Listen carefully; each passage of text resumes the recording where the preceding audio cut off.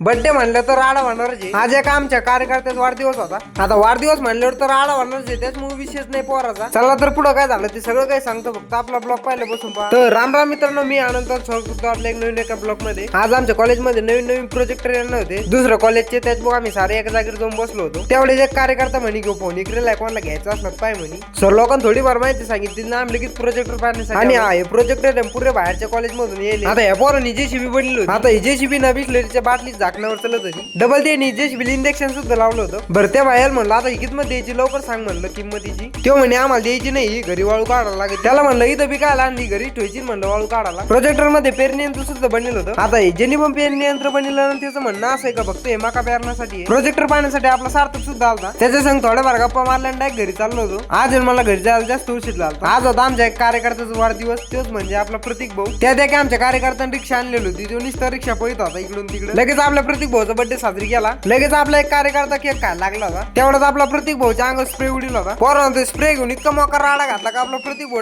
पळत होता। बरं मी काय म्हणतो, तेवढं मला तुम्ही लाईक आणि फॉलो करून जरा होता।